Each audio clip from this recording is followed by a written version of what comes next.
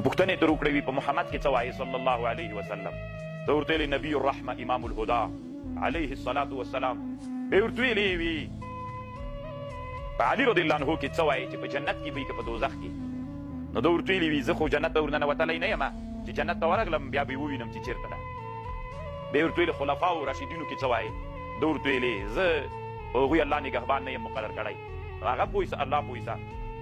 به یې ورته ویلې کوم یو تا ته په دوی کې خوند درکړي په دې څلورو خلیفګانو ابوبکر و عمر و عثمان و علي رضی الله عنهم کوم. ده یې ورته ویلې وایي ارضاهم لخالقي، کوم یو چې رب ته ډېر محبوب ده. بیا یې ورته ویلې کوم یو نه رب ته ډېر هغه د محبوب ده.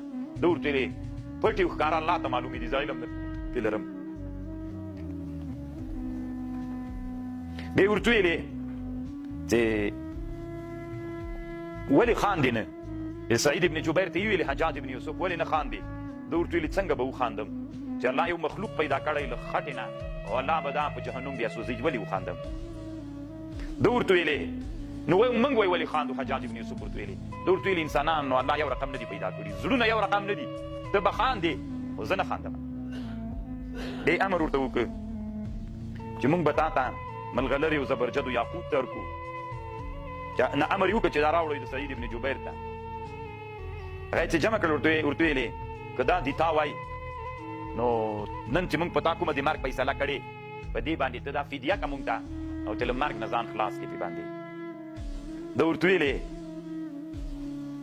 وي دا که ته ما ته دا وایې نو په ورځ د قیامت بیا ته د دې نه چې څو چنده راجمع کړې د الله حضور ته یې وړاندې کړې ته بیا څنګه ځان خلاصوې؟